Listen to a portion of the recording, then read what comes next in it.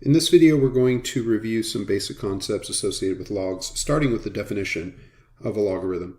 And you probably want to start with making sure you're comfortable with the meaning of what a logarithm is. I want you to notice that we have a log statement here and its equivalent exponential statement right there. And you need to be comfortable going back and forth between the two in order to kind of get a handle on what's going on with logarithms. You can read the definition here for yourself, but you want to first think of a logarithm as an exponent. Okay, it's the exponent that this a right here has to be raised to in order to get that x. Okay, so first of all, just looking at the two forms, if we have log base 3 of 27 equals some value y, what we're saying here is that this whole quantity is an exponent, meaning that y is an exponent. So we have a base of 3, and then we have y, and that is going to equal 27. Okay.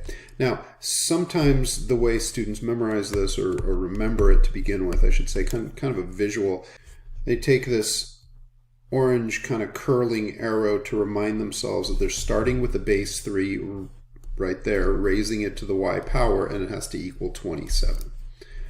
All right.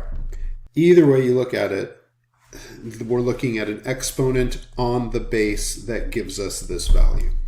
So with that in mind, example 1, fill in the blank, we have y equals log base 4x.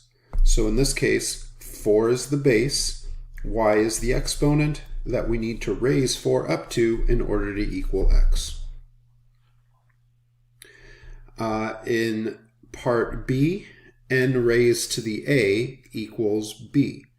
Well, here we have a log base n, because that's our base, and we want a result of b, and that's what the exponent would equal.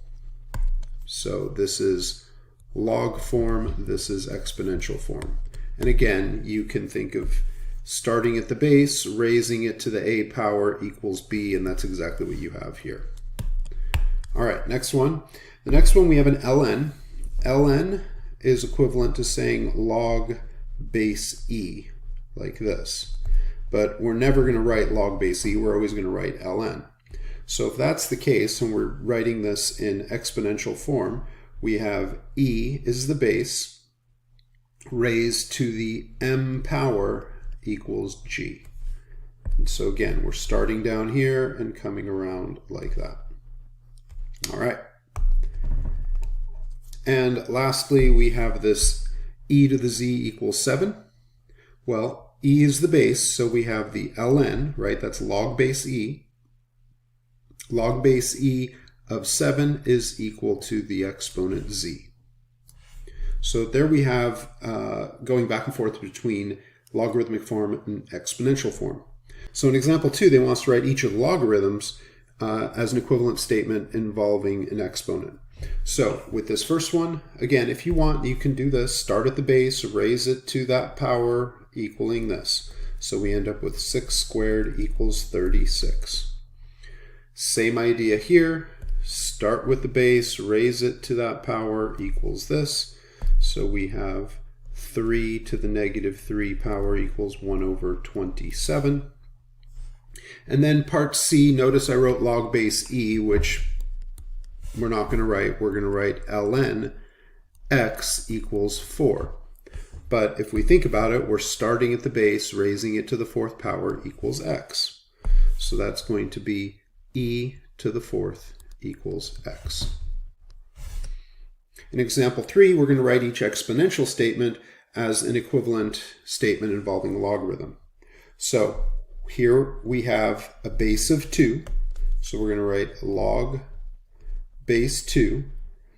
That gives us 16 if we raise 2 to the 4th power.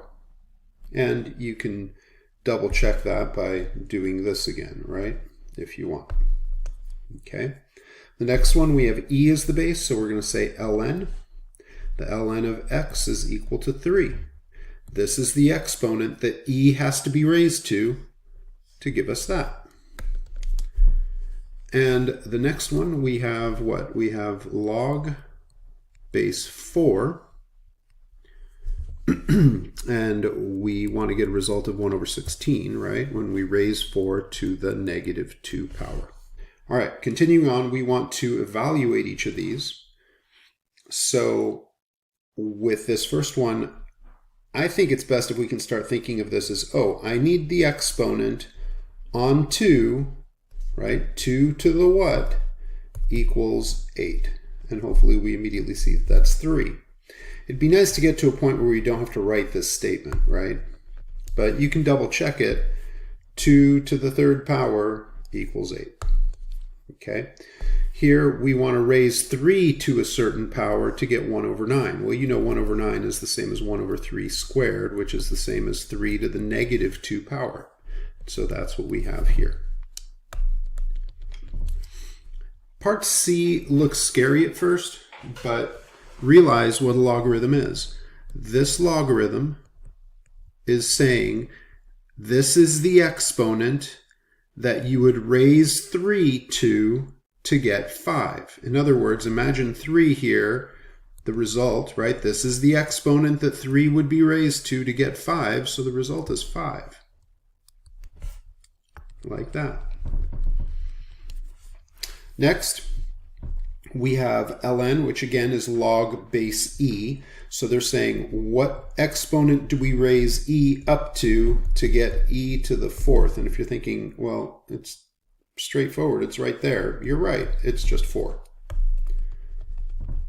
Here we want e to what power? Because it's ln equals 1. Well, that's going to be 0. And then with this one, if you would like, you could rewrite this as ln of e to the 1/3, right? 1/3 is the same as a cube root. So what exponent do you put on e to get e to the 1/3? 1/3. And that's that. So hopefully you're starting to get used to logarithms being exponents that we raise the base to get that number there. All right. Now we're going to solve some log equations. So I don't think I mentioned this yet, but if you have a log without a number down here at all, it's log base 10. Okay, so basically what they're saying here is 10 to what power equals root 10? Well, that's going to be a half, right? Like that. Over here, they want to know what is the exponent, right? ln of e to the pi. What exponent on e gives you e to the pi? That's just x equals pi, right? Here we want to take our base of 4, right? You could do this one this way. You could do a lot of these this way, really. But 4 to the negative 2 power equals x. So x equals 1 over 16. Next one, again, we can start with the base, raise it to the 3rd power, and it has to equal this. So what are we going to get there? We're going to get 4 to the 3rd power equals 7x plus 1. I think 4 to the 3rd power is 64 equals 7x plus 1. If I subtract, we get 63 equals 7x, and then we'll end up with x equaling 9.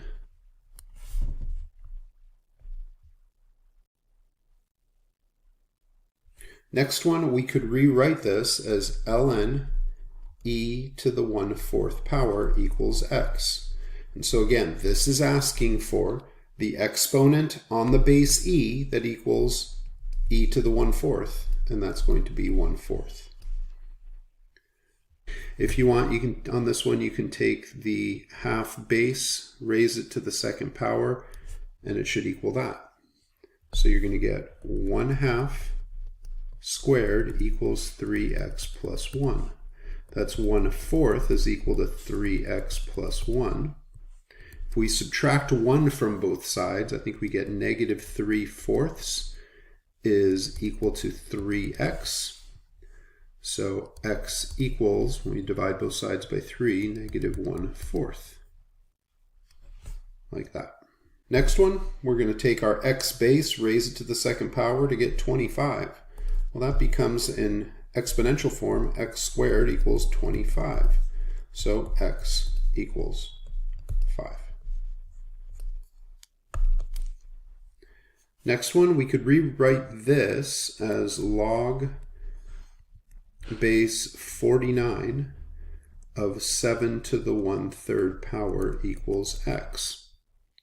And so again, if we start at 49 and raise it to this power and get that result, we're going to get 49 to the x is equal to 7 to the 1/3. Now, you know 49 is the same as 7 squared, and that's being raised to the x power. My goal here is to get the same base, and I think we're going to be able to do that pretty easily like this. And then if you remember properties, or I should say rules or laws of exponents, you're going to multiply these guys. So you're going to get 7 to the 2x is equal to 7 to the 1/3. Now the only way you make these two sides equal to each other, because they have the same base or bases, you're going to have exponents equal to each other. And so you're going to get x is equal to 1/6. Next one. Now with these, well, these next two and also the very last one, notice we have variables in the exponent. And whenever we have that, we are going to get those out of the exponent by taking the logarithm of each side. In this case, we're going to take the ln because ln and e work so well together. Here, they want to know the exponent on e that gives us e to the 3x. Well, that's just going to be 3x. And ln 10 is just a number. It's approximately 2.3-ish, this ln 10, but don't worry about that. We're just going to leave it ln 10. It's considered to be exact in that form, kind of like pi is exact in this form. So if we multiply both sides by 1/3, we get 1/3 ln 10, and that one is done. Same idea with the next one. We're going to take the ln of both sides. 2x plus 5 equals ln of 8. So on this side, they want the exponent that e has to be raised to, right, because it's ln. That gives us this thing. Well, that's just 2x plus 5. And that equals ln of 8.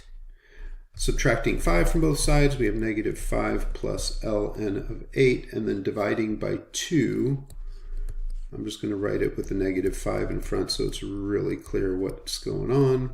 We have a 2 there, and I guess I should have an x equals this. There it is. Now, really, when we're solving an equation involving logs, we have to double check that the solution really works. So for what I mean by that is if you go back to f, for example, if we plug in negative 1/4 there, we're going to get negative 3/4 plus 1, which would give us log base 1/2 of 1/4 equals 2. Notice that this value in here is positive. We can only take logs of positive values. And if it were negative, then I would say there was no solution here. So on the next example, we might want to be a little careful with that. Let's see what happens here. So we're going to take 3, raise it to the second power to equal that. So 3 squared is 9, and that equals x squared plus 1. And now we're going to go ahead and subtract 1 from both sides, so we have this. And then if you notice, we can take x to be equal to plus or minus the square root of 8. Now, if we were to plug in, and here, let's simplify that a little bit. We can take a 2 out like this, right? Or 4 out, I should say, and it becomes a 2 on the outside.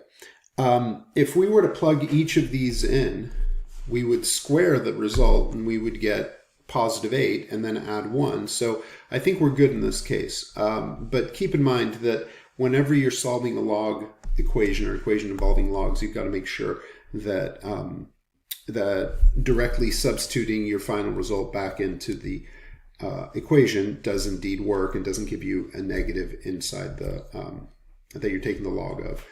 Okay, let's see. Looking at part L, let's go ahead and get the 10 on its own. So I'm going to write 10 to the 2x minus 7 equals 3 over 8.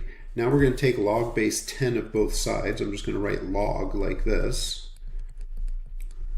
The base is assumed 3 over 8 like that. And this is asking for the exponent that 10, the base, right? There's a little invisible 10 down here that I'm not writing. This is the exponent that 10 is raised to get 10 to the 2x minus 7. So that's 2x minus 7 like that equals log 3 over 8. And then taking that a little further, adding over the 7, first 2x equals log of 3 over 8 plus 7. And then divide everything by 2. So we have x equals log 3 over 8 plus 7 divided by 2. And we'll leave that one right there. Finally, we've got a few important logarithms.